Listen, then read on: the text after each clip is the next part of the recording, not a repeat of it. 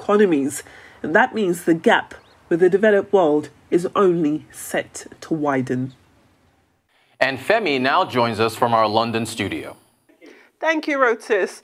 Well, joining me from his London office is Anthony Goldman, who is the founder and chief executive of PM Consulting. Anthony, if we were to look at the African recovery, what is responsible for that? I think it is a mixed picture. Some countries are doing much better than others. I think those countries that are mainly built around export of raw materials, oil or natural resources, are doing better, for example, than countries that have significant tourist sectors. The challenge, I think, is whether those countries are going to be able to deepen that recovery and expand it into other areas, technology, media and services. And that, I think, is what will set the tone for 2022, if you like, whether this is just a temporary recovery or actually a genuine shift. Anthony, if we were to look at COVID-19 itself, and we also look at the seemingly slower rate of vaccinations of Africans in Africa, what impact has that had on its own recovery? I think we've heard quite a lot over the months about from leaders in wealthier countries that no one is safe until everyone is safe, but much less actually on honouring that pledge and actually living up to it. And I think we've seen richer countries keeping vaccines. We've seen when they've given vaccines, for example, to Nigeria very late. Ivory Coast has paid for vaccines, hasn't received the vaccines. And even most recently, the European Union deciding to include the cost of vaccines that it donates at a price that it chooses into its aid budget. So I think that this has highlighted the risk of a two-tier world and emerging from the coronavirus pandemic and the risk that poses, even in those countries where perhaps rates have been much lower in terms of, say, for example, West Africa compared to, say, Western Europe, parts of Asia and America. The impact of the virus is global, and the risk of variants emerging, which may prove a challenge far beyond Africa's borders, is something that everyone will have to deal with as a potential risk for 2022. Understood. Thank you very much, Anthony Goldman. Rotis, that is it from us. Back to you. Thanks, Femi. Now, in October 2021, Nigeria became the first country in Africa to launch its own government-backed digital currency, the Naira, and only the second in the world after the Bahamas. The governor of Nigeria's central bank, Godwin Emefiele, talked exclusively to Arise News about his pride in this historical moment. How could they launch digital currency when major countries, the large economies, have not? Where is the guinea pig that we're supposed to learn from? And we found ourselves saying we would do it. And again, another challenge surmounted in the sense that only about 4 weeks ago, we came out very boldly and launched our Naira. And this presents Nigeria, or positions Nigeria, as the first country in Africa, and indeed the second country in the world that has launched its own digital currency. So those are some of the things that make me feel happy, and I feel that we have the President Muhammadu Buhari has set excellent legacies that will live even after he leaves office. I'm glad you mentioned the Naira. It's definitely something that is a historic moment for Nigeria, and in amongst the early excitement, you can see that there's been a whole lot of subscribers, a whole lot of interest in it. There's also been criticisms, and I'd imagine that the consensus among the criticism is that Nigeria already has digital money products that already exist. So in your opinion, how is the Naira different or even better to what already exists? I remain excited by the fact that, I repeat, Nigeria is the first country in Africa to launch its digital currency and the second in the world to launch its digital currency. No doubt, when you have a product of this nature, even where people feel that, look, Nigeria is the guinea pig, and we have achieved it, I feel happy about it. Let's not forget that our Naira digital currency is sitting on a first-class payment system infrastructure, which stands among some of the best payment systems in the world today. Okay? Now, if people criticize from standpoint of the fact that, oh, there are other payment systems, the important thing is this: we need to make available to people an array of payment system products that makes life good and comfortable for people. And that is what we are trying to do. But I tell you, with this Naira, some of those products or payment products that were costly, even both for the banks and even the consumers or bank customers, the banks will begin to junk those products and begin to look at embrace newer technology. In this case, the Naira, that is, I will say, it's certainly cheaper than some of the other payments. But the important thing for us is this, that it affords an array of products, payment products that people can take advantage of for the good of their business, and they can conduct any kind of business that they wish, like conducting. That was Godwin Emefiele, the governor of Nigeria's central bank, talking exclusively to Arise News. Just ahead on this special year-end show, Africa's green transition. Why going green will arrive with a hefty price tag attached. Stay with us.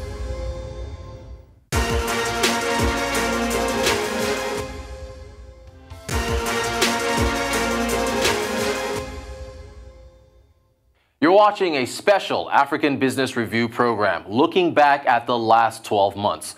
Turning now to the subject of energy. At the COP26 summit, political and business leaders talked in unison about how the world must clean up its act. But for many African countries, the transition to greener energy is going to be a major challenge and will most certainly come at a cost. Commodity-rich Africa made a lot of headlines in the energy space in 2021. One of the biggest talking points of the year is climate change and the transition away from fossil fuels to cleaner energy. In its 2021 Africa Energy Review report, global consulting firm PricewaterhouseCoopers said African countries will need an estimated $2.8 trillion in investments to transit to cleaner energy. The transition will come at a cost, with an estimated $15.2 trillion lost in fossil fuel income, but a rebound is imminent, with an estimated 5 million plus jobs to be created. In 2021, South Africa's Energy Department said it will start preparing for the end of coal for power use, but cautioned that the move must take account of the impact on the economy and the people who depend on it for a living. A very complex balancing act. I'll give you a couple of statistics. Yeah. Coal, 80% of South Africa's energy comes from coal. Exactly. On the other hand, in terms of global emissions, South Africa is 12th in position. Last piece that you already know, South Africa already has an issue with insufficient power. Exactly. That is creating all sorts of business issues, economic issues, etc. So in a word, it's complex. Ahead of the United Nations Climate Change Conference, COP26, which took place in Glasgow, Scotland, N.J. Ayuk, founder and executive chairman of the Africa Energy Chamber, spoke about Africa's agenda at the conference. I think Africa needs to take a very strong message. Energy poverty is real. 600 million Africans do not have access to any electricity. 900 million no access to clean cooking, most of them women. They are burning firewood in villages, in smaller communities, and actually emitting more greenhouse gases. But again, Africa is still the continent that has admitted less than 2% of the greenhouse gas emission. And Africa should not be punished by those who have emitted more, and they should be those curtailed. The divestment on African fossil fuels should stop. We talk about decarbonizing. African negotiators, I'm talking to a lot of them. You don't decarbonize what has not been carbonized. It's like telling a skinny guy to lose weight. That doesn't work. So those who have emitted more, they have done more damage, should cut back. The environmental impact of oil and gas was a prominent topic in Africa in 2021.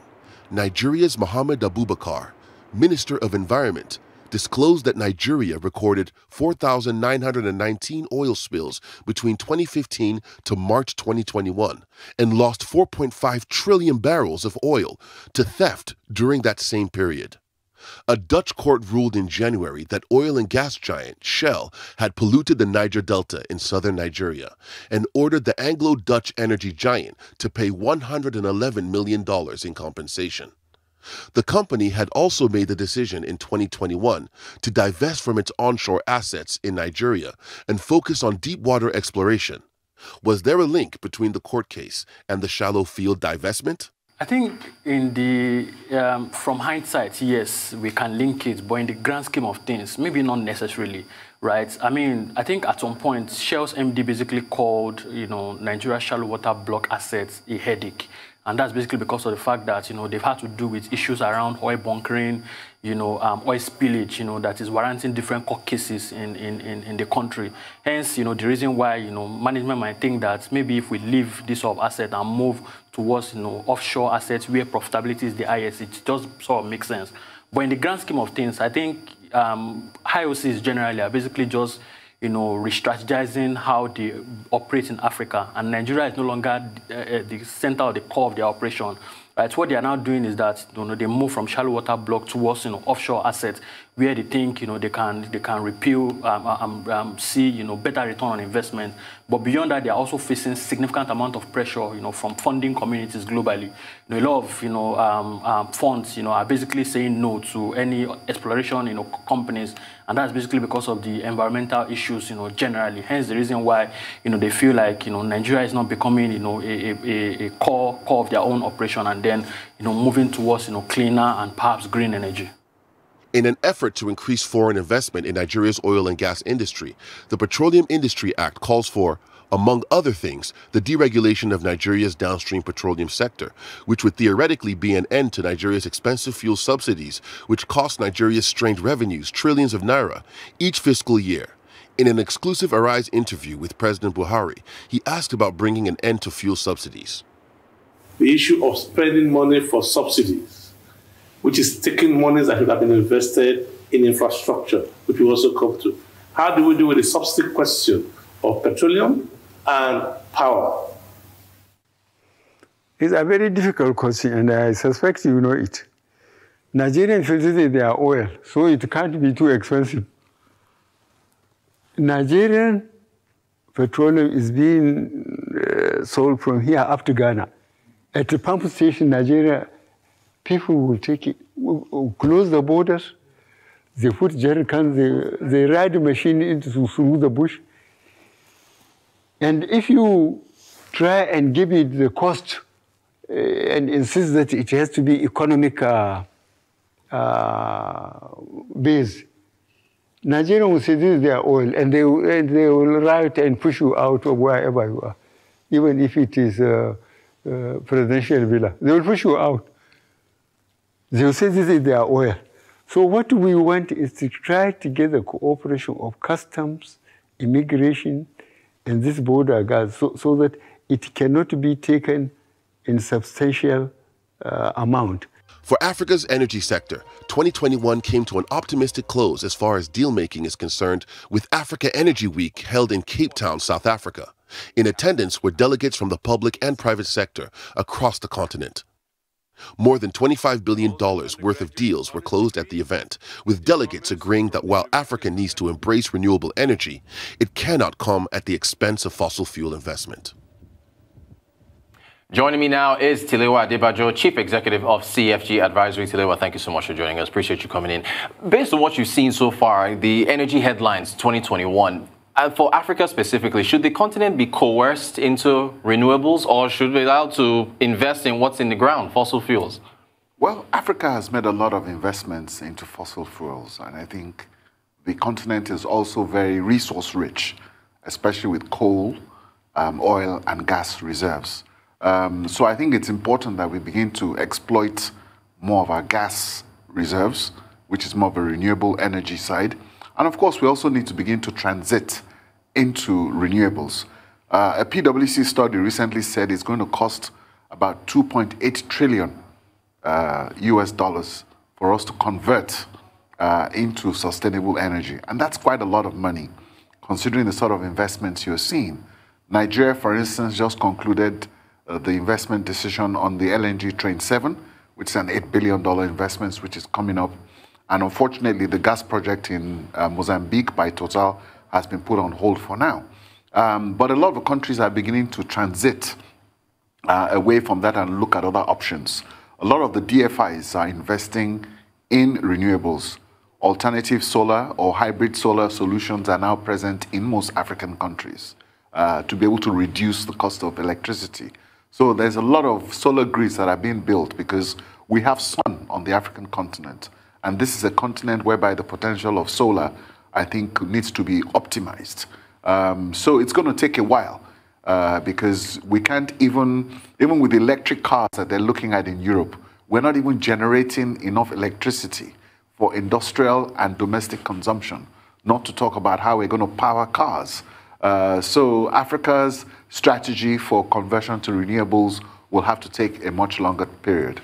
You mentioned Mozambique. I want to ask you about insecurity, how you see that development. It was insecurity that caused that 20 billion LNG project in Mozambique to be delayed. How are you seeing what insecurity's impact on energy investments on the continent?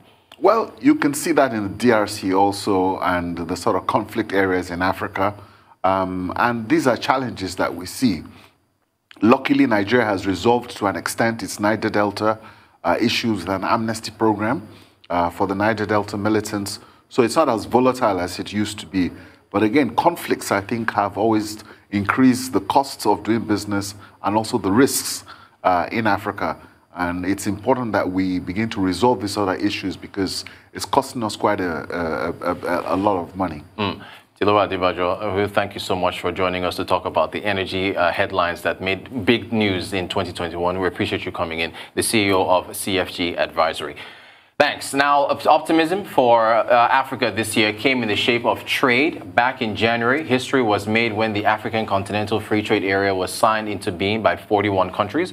One of the agreement's key aims is to create a single market for goods and services. But there could be bumps ahead on the road to free trade. Laurie Laird has our report. If there was one theme that stood out in 2021 on the African continent, it was trade.